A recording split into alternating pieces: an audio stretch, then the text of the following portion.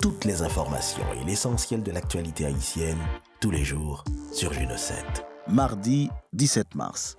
Le gouvernement haïtien prend des mesures drastiques pour protéger la population contre la pandémie du coronavirus.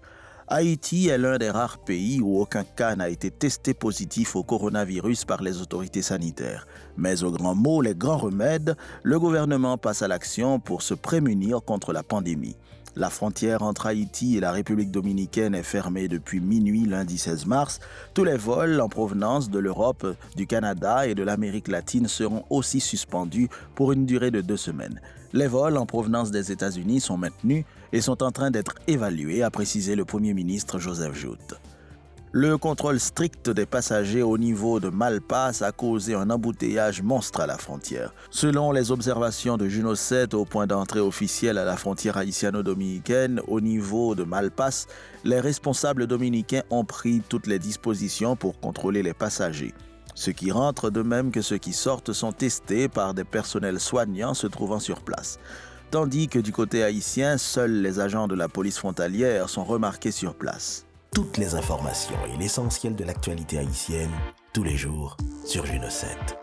Durant la semaine du 9 au 15 mars, la route a encore fait des morts et des blessés. Au moins 3 personnes ont été tuées sur le coup et 41 autres blessés. Selon le dernier bilan communiqué par les services techniques et opérationnels pour pallier aux accidents, 19 accidents de la voie publique ont été enregistrés en Haïti durant la semaine du 9 au 15 mars 2020, faisant 3 morts sur le coup et 41 blessés.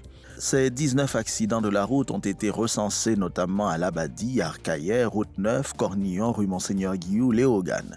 Ces 19 accidents confirment une nette diminution des cas en comparaison à la semaine dernière.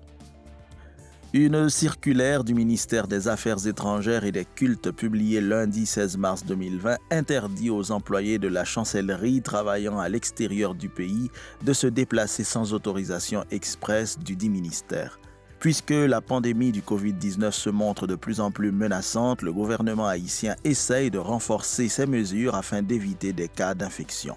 Après l'annonce de la fermeture de sa frontière avec la République dominicaine et l'interdiction des voyages en partance et en provenance de plusieurs pays, le gouvernement cible présentement les gens travaillant dans les missions diplomatiques et post-consulaires. Toutes les informations et l'essentiel de l'actualité haïtienne, tous les jours sur Juno 7. L'entrepreneur à succès, Éric Jean-Baptiste, accorde une contribution financière de 100 millions de gourdes pour la construction de l'école de droit de Jacmel. Une initiative saluée par les responsables de la dite institution et la communauté estudiantine locale. Dans au moins 36 mois, les étudiants de la faculté de droit de Jacmel pourront suivre les cours dans un espace flambant neuf. Ce bâtiment sera le fruit d'un partenariat public-privé. La pose de première pierre a lieu lundi 16 mars 2020 en présence notamment des autorités locales, des représentants de l'Université d'État d'Haïti. Éric Jean-Baptiste y a participé à la fois comme PDG de sa fondation et secrétaire général du Rassemblement des démocrates nationaux progressistes. Toutes les informations et l'essentiel de l'actualité haïtienne, tous les jours sur Juno 7. Si vous avez aimé notre contenu, n'oubliez pas de le partager avec vos amis et de vous abonner à notre channel. Et activez la cloche de notification.